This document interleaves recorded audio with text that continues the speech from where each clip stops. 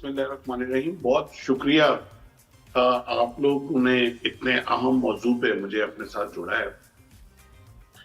अगर मैं काफिया रदीफ छोड़ के स्ट्रेट आपके सवाल पे आऊं जी जी।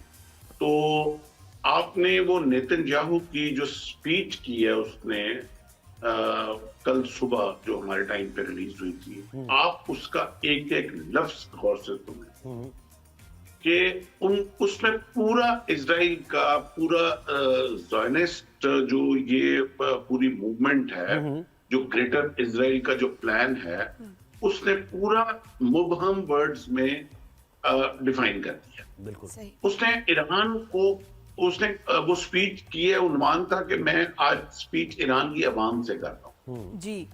यानी कि माँ का दुश्मन औलाद का हिजरा कि तेरा तल्लक क्या है ईरान के कौम के साथ, तू कब से सज्जन बन गया ईरान की कौम का, यानी कि जिन पे तू गोले बरसा रहा है, जिनको मार रहा है, तू उनके सज्जन बन के उनके और उनके साथ बात ये कर रहा है कि हमने रजीम चेंज करना है, हमने रजीम चेंज करना है, ये जुल्म का रजीम है जो चेंज करना है आपके लिए।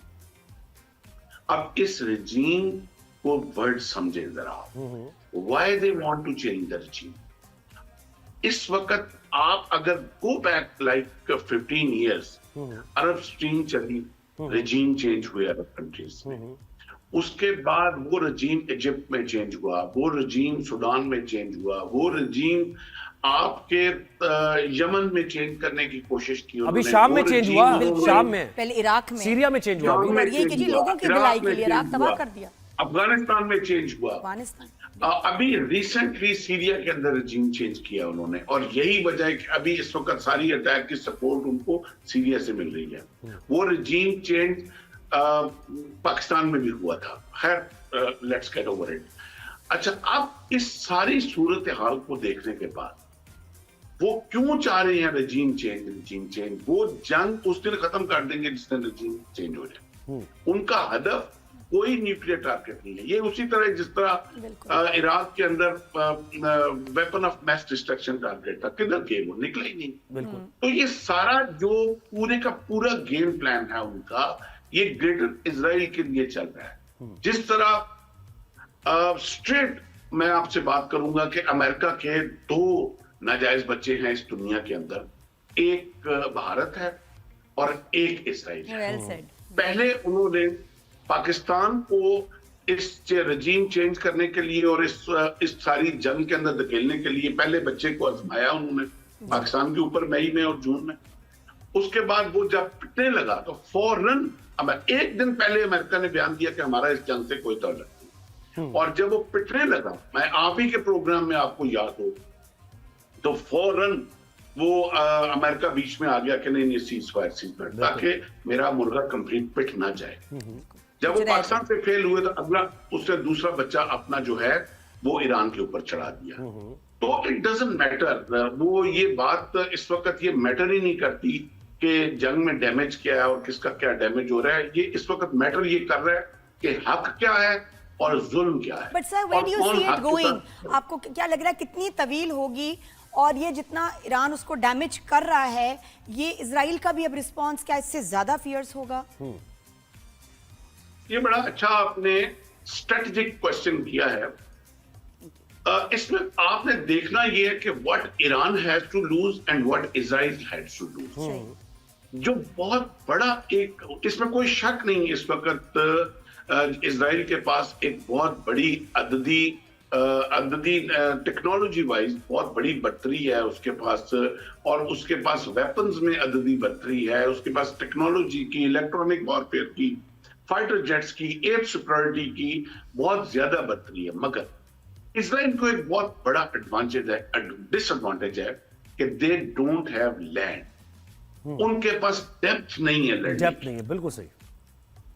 वो एक कंसंट्रेटेड एक जगह पे ऊपर बैठे हुए हैं, और जब वो एक मिसाइल की बारिश आती है तो वो बुरी तरह डैमेज हो रहे हैं। ईरान को एक बहुत बड़ा एडवांटेज है कि they have depth to fight. जिन स्ट्रेटेजिकली देखना क्या है कि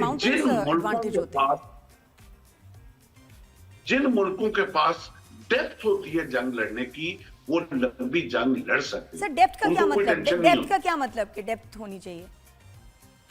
अच्छा, आपको मैं थोड़ा सा इतिहास में ले जाऊं, हिस्ट्री में ले जाऊं। आपको याद हो जब रशिया ने अटैक किया था अफगानिस्तान के ऊपर, अफगानिस्तान पे बिल्कुल। तो पाकिस्तान ने जो उसको रशिया में अफगानिस्तान में रोका, पाकिस्तान की वो स्ट्रेटेजिक डेप्थ थी कि वो अपनी सरजमीन में उसको नहीं आना देना चाह रहे थे। वो जानते थे कि पाकिस्तान आगे वो सी बॉर्डर तक आना चाहता है, बिल्कुल। और वो डेप्थ की वजह से उन्होंने पीछे ही उसको रोका और हम उसमें कामयाब हुए। सही। ये डेप्थ से मुराद होती है कि किसी भी कंट्री के पास डैमेज बर्दाश्त करने का कितना हौसला है और कितनी स्पेस है। सर ये भी है ना, इसके साथ साथ देखिए अभी बयान भी आया है ईरान के जो फौजी उन्होंने कहा है कि मकबूजा इलाका जहां पर वो हैं कम तादाद में, उन्होंने कह दिया कि आप छोड़ दें, आवाम को कहा है कि आप उन इलाकों को छोड़ दें क्योंकि हमने टारगेट सेट किए हुए हैं। तो उनके पास डेप्थ इस तरह नहीं है ना कि वो एक मुख्तसर सा अच्छा, इलाका तो इसको है, कह वो सकते हैं कि geographically। वॉर डैमेज थ्रेशोल्ड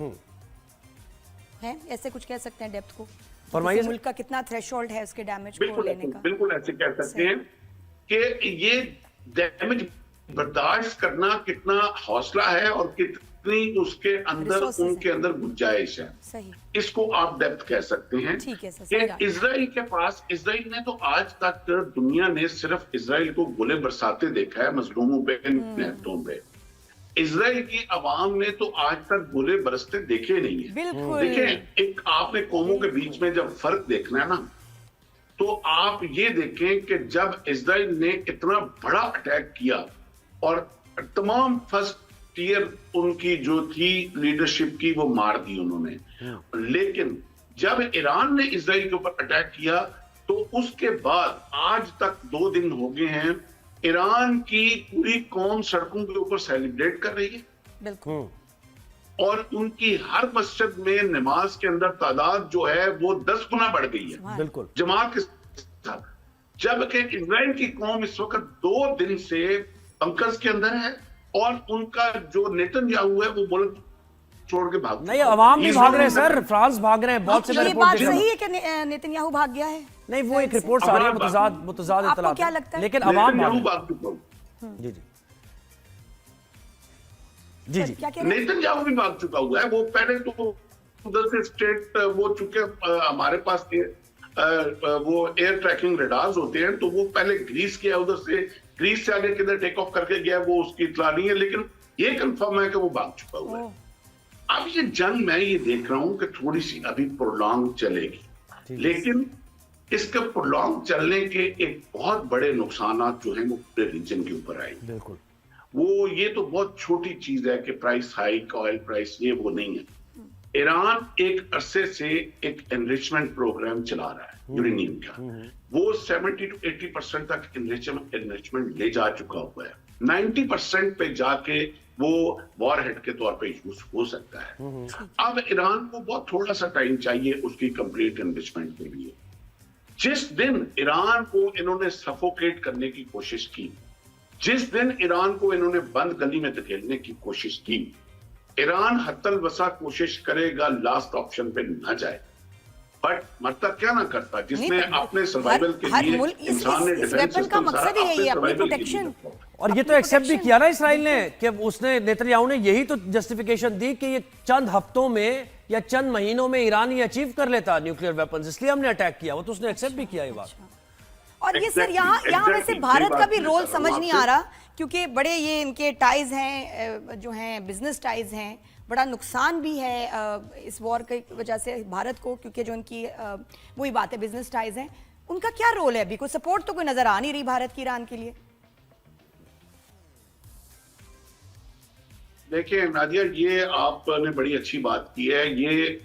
ये पिछले 40-50 साल से मुसाद का और रॉ का आपस में एक रिश्ता है, वो संदूर का रिश्ता है। और इनकी आपस में जो नेक्सस बनी हुई है, अभी मैं थोड़ा सा आपको 1 मिनट लूंगा। अगर if you go back to the history, तो इजराइल का पहला प्राइम मिनिस्टर था, उसका नाम था Ben Gurion, David Ben Gurion.